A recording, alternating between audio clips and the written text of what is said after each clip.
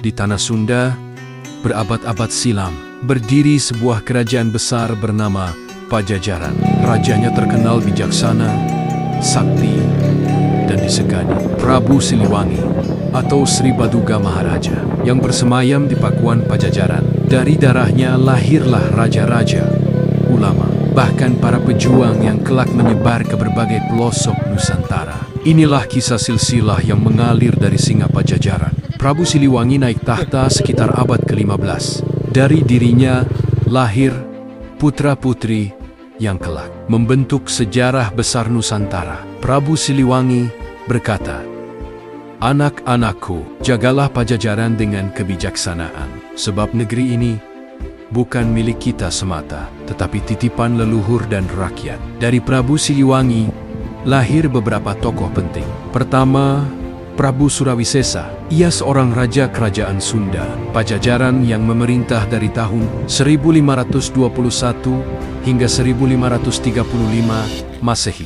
Ia adalah putra dari Sri Baduga Maharaja Prabu Siliwangi dan Nyimayang Sunda. Kedua, Raden Kian Santang atau Syekh Sunan Rohmat Suci adalah putra Prabu Siliwangi atau Sri Baduga Maharaja, Raja Pakuan Pajajaran dengan Nyimas Subang Larang. Ia lahir pada 1427 Masehi dengan nama Raja Sangara. Ketiga, Raden Walang Sungsang, dikenal juga sebagai Pangeran Cakrabuana. Ia adalah putra Prabu Siliwangi, Prabu Jayadewata dan Nyimas Subang Larang, serta pendiri Kesultanan Cirebon. Keempat, Nyai Rara Santang adalah putri dari Raja Pajajaran, yakni Prabu Siliwangi. Merupakan anak kedua dari Prabu Siliwangi dan Nyimas Subang Larang. Ia menikah dengan Syarif Abdullah, ayah dari Sunan Gunung Jati. Kelima, Prabu Surosoan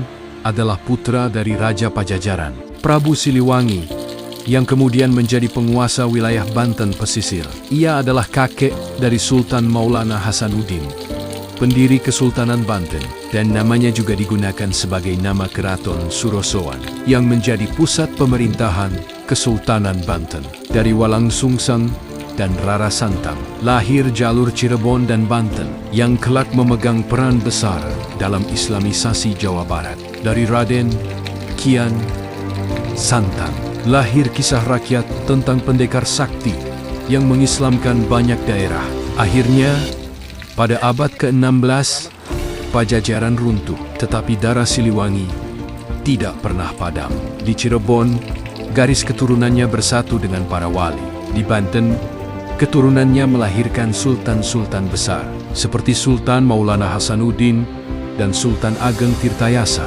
Di tanah rakyat, nama Siliwangi tetap harum, disanjung sebagai Raja Adil, yang konon moksa lenyap bersama pasukan harimau putihnya. Inilah takdir. Kerajaan bisa runtuh, istana bisa hancur, namun darah dan nama besar akan tetap hidup. Dari Prabu Siliwangi mengalirkan raja-raja, wali, dan pejuang. Silsilahnya tidak berakhir, tetapi menjelma dalam denyut nadi Nusantara.